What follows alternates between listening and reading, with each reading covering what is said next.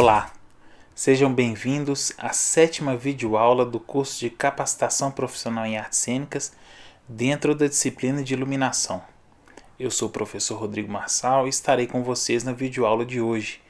E hoje nós vamos concluir o assunto do uso das gelatinas e filtros, nos refletores, e vamos dar início a uma outra temática que são os profissionais da área técnica. A gente vai falar um pouco sobre esses dois assuntos.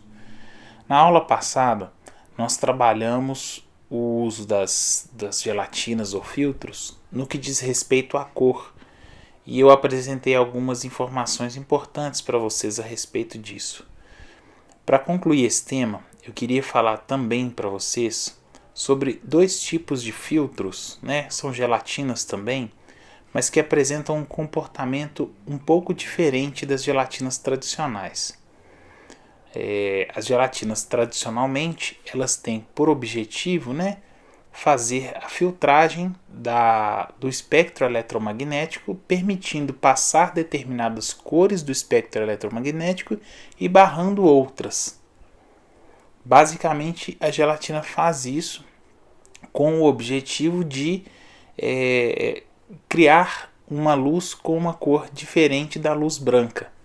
Então, quando você usa uma gelatina azul, ela vai deixar passar algumas partes do espectro eletromagnético que correspondem à coloração azul, obviamente misturada com outras cores, Às vezes tem um pouco de verde, às vezes tem um pouco de vermelho, Isso vai te dar a possibilidade de você ter uma série de tonalidades de azul ou de outras cores, Se você pegar o vermelho, vai ter um vermelho que tem um pouco mais de amarelo, vai ter um vermelho que tem um pouco mais de azul.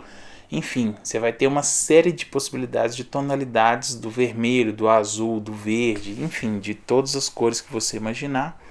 E a gente vai encontrar essas variações naqueles catálogos que eu falei para vocês na aula passada. Uma outra variação do uso da gelatina, do uso desse policarbonato para fazer essa filtragem da luz, acontece no uso dos difusores. São gelatinas que elas não têm cor, são gelatinas que elas são transparentes, mas elas têm algum aspecto na sua feitura, que fazem com que a luz fique mais ou menos difusa. Então, ela é muito usada para corrigir essa luz dura, essa luz que marca muito, para a luz ficar mais suave, uma luz menos focada, mais desfocada. O difusor ele pode ser usado inclusive em refletores que permitem a desfocagem da luz. Por exemplo, o elipsoidal é um refletor no qual você consegue desfocar a luz. Mas às vezes, mesmo no desfoque do elipso, a luz ainda fica muito dura e você precisa suavizá-la. Então você pode usar um filtro difusor.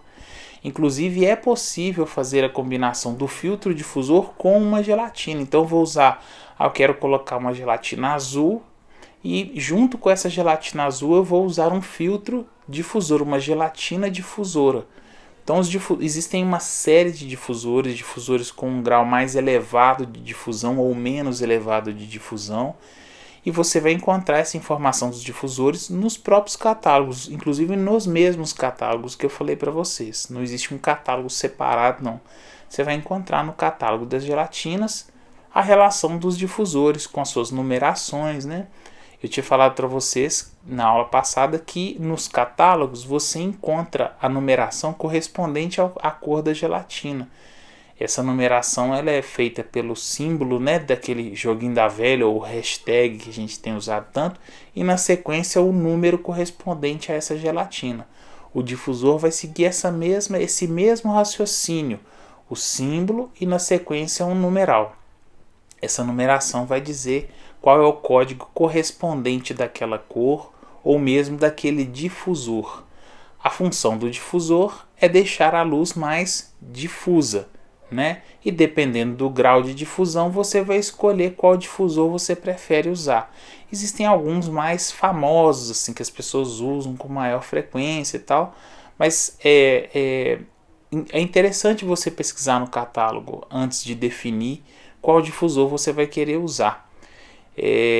Inclusive tem alguns que se parecem muito com aquele papel vegetal, que não é um difusor fabricado para essa função, mas se você usar, por exemplo, papel manteiga ou mesmo papel vegetal, eles vão fazer mais ou menos essa mesma função. Eles não são apropriados para esse uso, inclusive quando você usa, eles começam a dar um cheirinho de queimado, porque eles não são feitos para a caloria do refletor, mas eles suportam, eles não chegam a derreter ou estragar.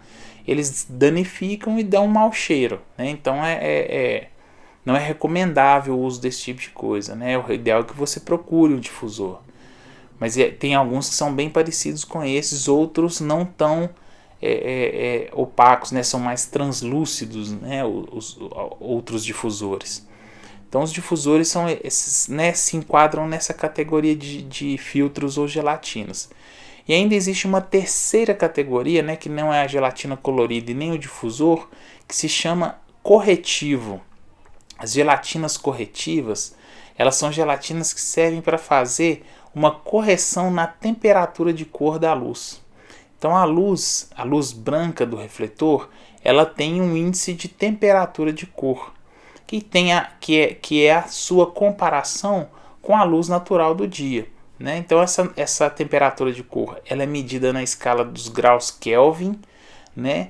E ela você pode usar a gelatina corretiva para aumentar essa temperatura de cor ou diminuir essa temperatura de cor. Para que a gente usa o corretivo? Quando a gente não quer, com o corretivo, mudar a cor da luz. A gente quer corrigir o branco da luz para ela ficar com a temperatura de cor mais alta ou mais baixa. E aí é importante a gente ter cuidado com isso, porque a variação da temperatura de cor não tem a ver com aquela temperatura psicológica que a gente fala, por exemplo, do vermelho. O vermelho é uma luz quente, né? A temperatura de cor não tem a ver com calor, com caloria. Tem a ver com essa comparação com a luz natural, com a luz do refletor, a luz mais amarelada, né? Para atingir o nível de uma luz mais próxima da luz natural, da luz do dia. Então essa variação, essa gradação em graus Kelvin não tem a ver com caloria, tá? Tem a ver com a aproximação da luz da lâmpada amarelada em relação à luz do dia, tanto para se aproximar dela quanto para se afastar dela. Então você tem corretivos que elevam a temperatura de cor, e é até engraçado, porque quando você usa um corretivo que eleva a temperatura de cor da lâmpada tradicional, a sensação é de uma luz fria, mas ela tem um nível de claridade, né, um nível de proximidade com a luz natural muito maior do que essa luz amarelada que os refletores produzem. Assim como você tem corretivos que fazem o movimento contrário, de deixar a luz ainda mais amarelada, se aproximando quase de uma coloração próxima do âmbar, né, que é uma cor que algumas pessoas chamam de laranja, né? Na iluminação, essa luz laranja, a gente não usa muito esse termo, né? A gente usa a coloração âmbar, né? O âmbar, para quem já viu Jurassic Park, tem até aquela seiva, né, da árvore que prende o mosquito, né? E ela tem aquela coloração que é um pouco, um laranja meio terroso, né? Mas enfim, a gente usa na iluminação essa terminologia de âmbar. A gente não fala muito em luz laranja, não é muito usual. Existem tons de âmbar que se aproximam da pigmentação laranja, e aí você vai ver na nomenclatura às vezes a palavra orange, né, que é o laranja, mas é uma nomenclatura composta. Você não vê o orange sozinho, né, o laranja sozinho, você vê um orange junto com uma outra palavra que complementa essa terminologia.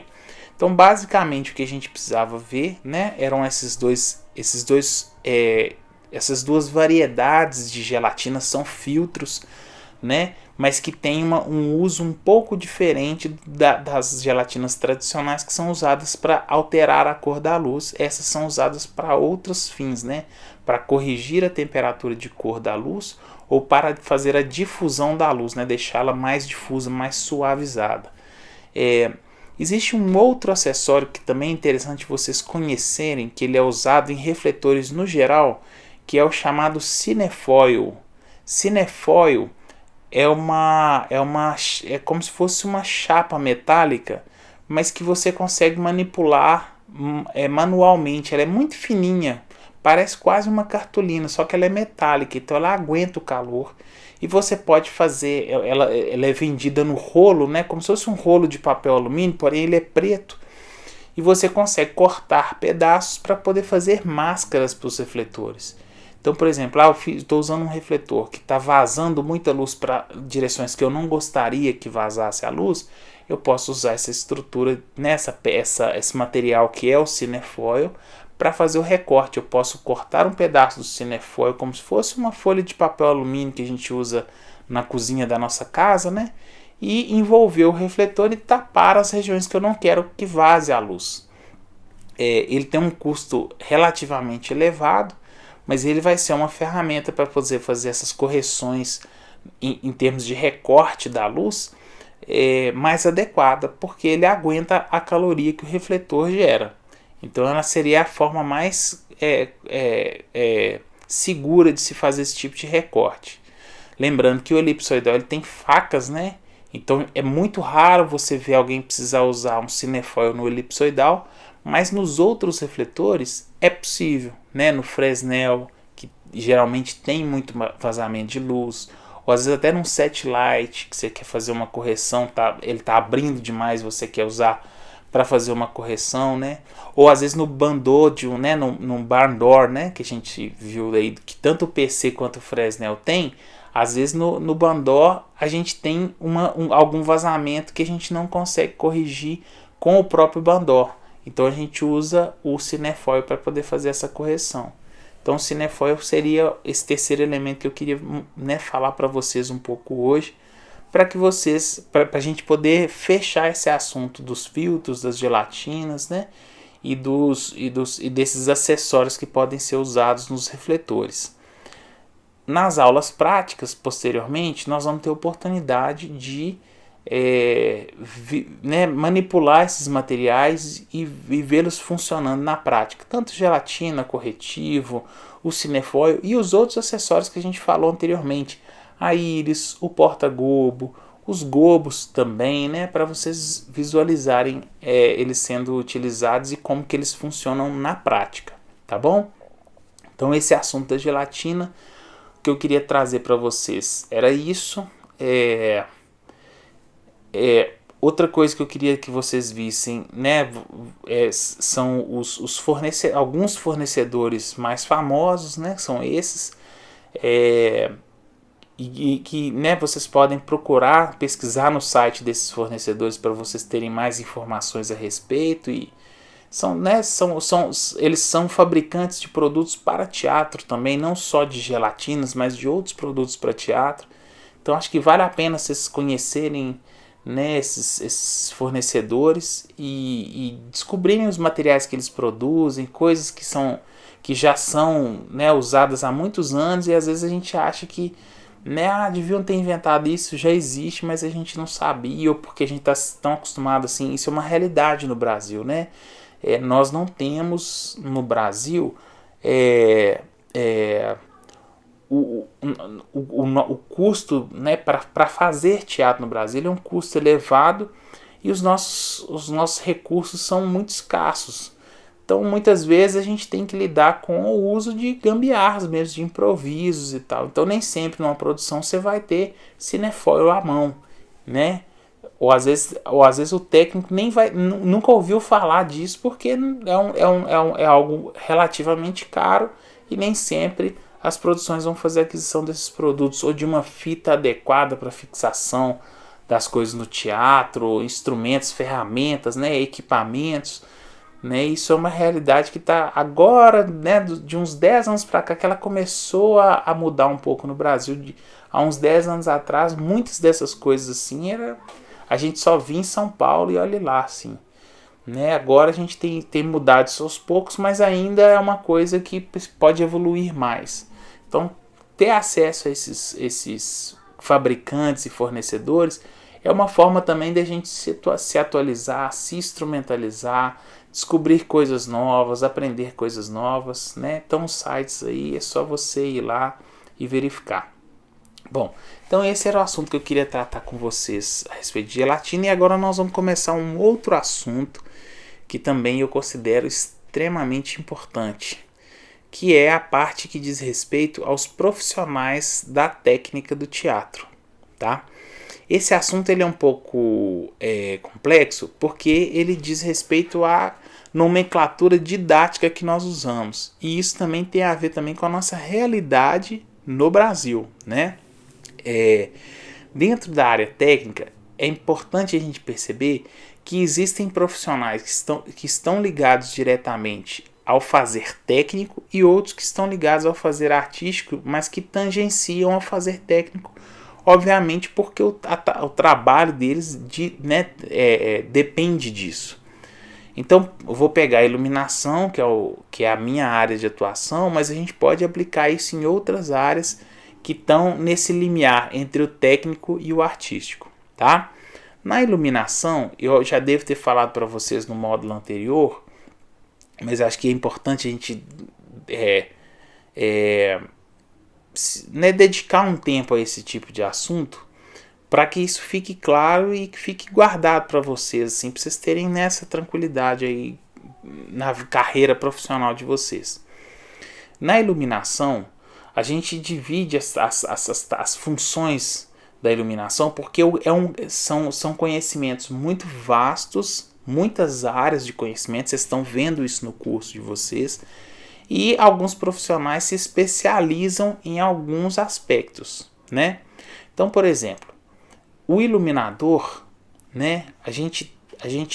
Isso é didático, é para ficar mais fácil do nosso entendimento, mas é muito importante a gente não ser muito engessado com esses conhecimentos, porque essas funções elas se tangenciam muito facilmente e muitas vezes os profissionais desempenham 2 ou 3 funções ao mesmo tempo, tá? Mas didaticamente, para que a gente tenha conhecimento do que representa a função desse profissional, o iluminador ele é o criador de luz, né? Ele é um artista criador. Então ele necessita ter conhecimentos técnicos, conhecer os refletores, entender um pouco de elétrica, entender como funcionam as mesas de luz, entender de dimmer, de PABX, de todos esses assuntos que nós estudamos, de gelatina, né? De angulação, direção de luz, tudo isso ele precisa saber para desempenhar um trabalho que é artístico, que é criar os efeitos de luz de um espetáculo, né? Já o técnico de luz, ele se especializa nos quesitos técnicos da iluminação. Então ele precisa entender de elétrica? Precisa. Ele precisa entender um pouco da mecânica dos refletores? Precisa, porque ele precisa deixar os refletores funcionando. Ele precisa entender de PABX, precisa entender o básico de programação de mesa de luz? Precisa. Agora, ele precisa saber da estética do espetáculo que está sendo apresentado? Não necessariamente. Ele pode saber? Pode, mas é necessário para o desempenho da função técnica? Não, não é.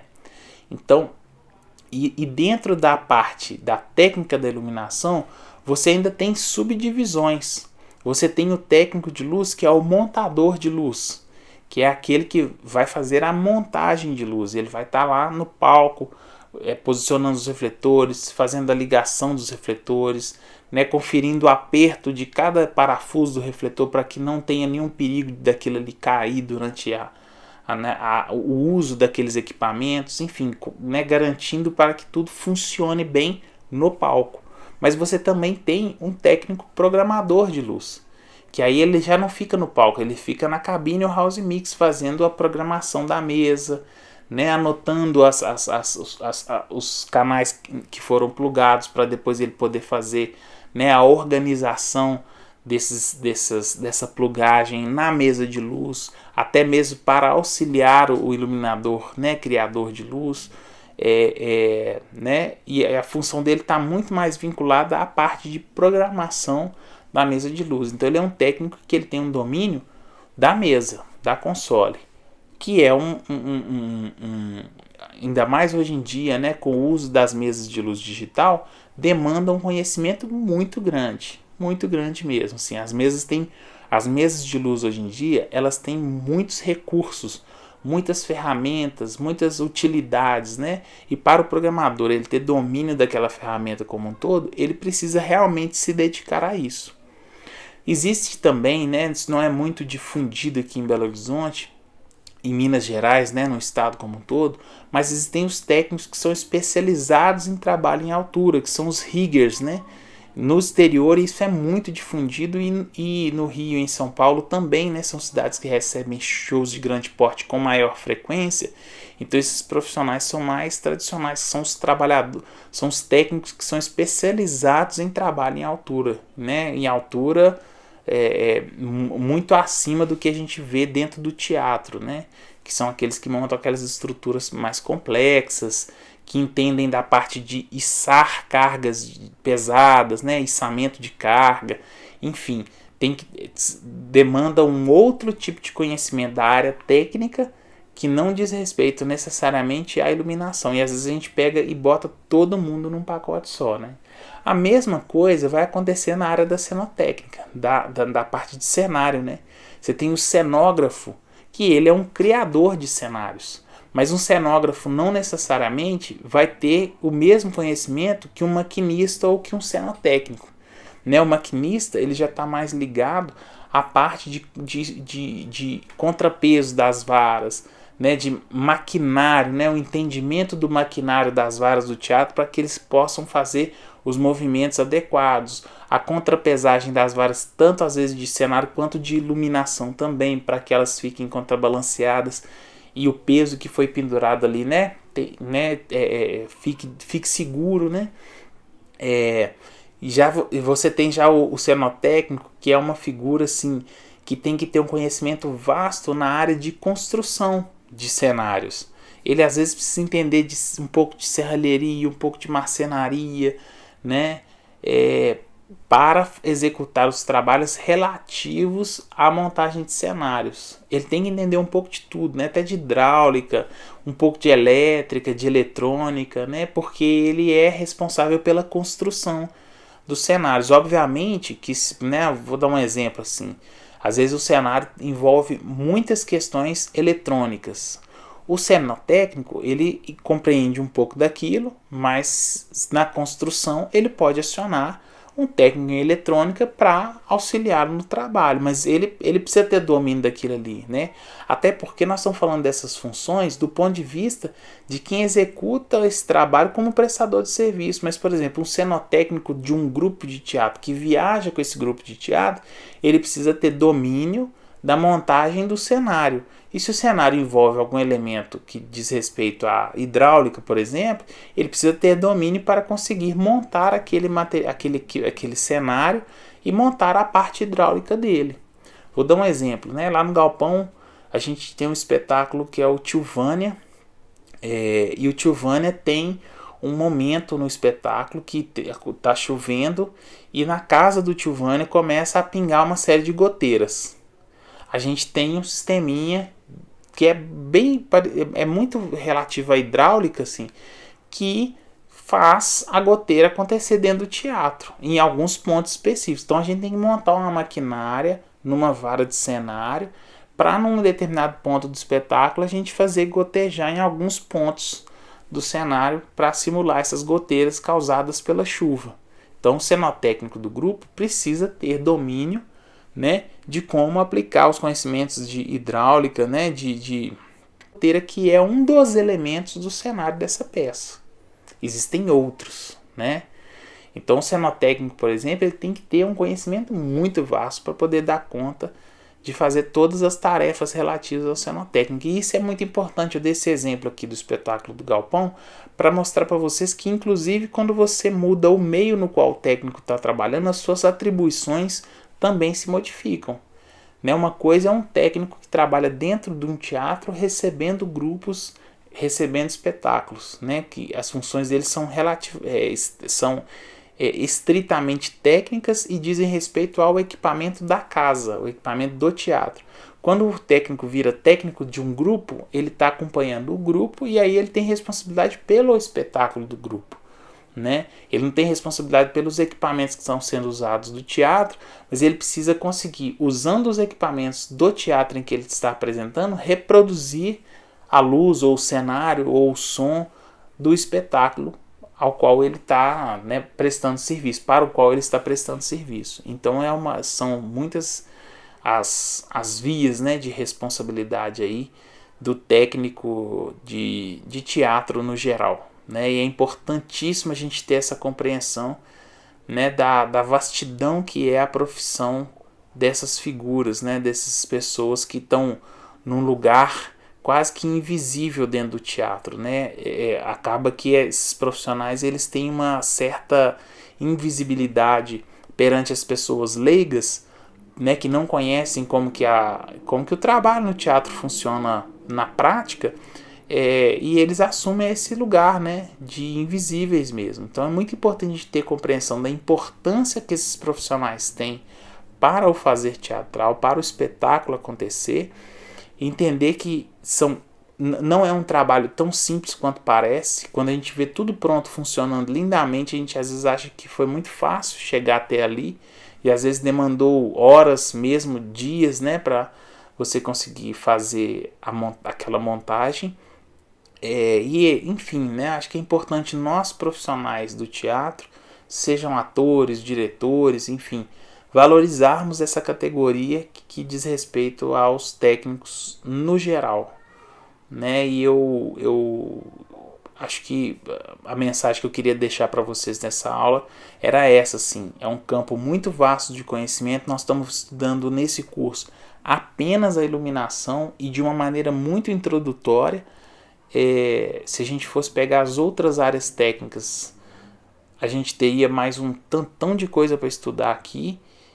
Então acho que é importante, né, a gente valorizar esses profissionais que estão junto conosco, né, que estão lá na hora que você está no palco, que você pode ter certeza que está dividindo a responsabilidade com você no bastidor, que está ali para dar o suporte para o artista, para fazer com que tudo saia maravilhosamente bem, é a figura do técnico. E, né, do técnico, do iluminador, do cenógrafo, do cenotécnico, do maquinista, do rigger, né, dessas figuras que envolvem todo o universo dessa área técnica. Eu dei exemplos das áreas de cenário e de luz, mas a gente tem outras áreas ainda que eu não citei aqui, né, figurino, maquiagem, né, são vários outros profissionais também que estão atuando diretamente para que essas coisas aconteçam. Então a mensagem dessa aula era essa. Mais uma vez agradeço, né, de coração a paciência de vocês, o empenho em continuar aí firmes e fortes, mesmo com as aulas à distância. E essa nossa penúltima videoaula, eu queria lembrá-los disso, né? Depois da 8ª videoaula, vocês retomam com a Jéssica, e aí em agosto a gente retoma de onde nós paramos. Vai ser muito importante, né, vocês fixarem esse conteúdo e, na medida do possível, revisitarem caso tenham dúvidas, enfim. Em agosto a gente retoma. Se a gente tiver voltado às aulas presenciais e já em agosto a gente retoma com conteúdo prático, vamos ver o que vai acontecer até lá. De toda forma, eu agradeço mais uma vez e até a nossa próxima videoaula.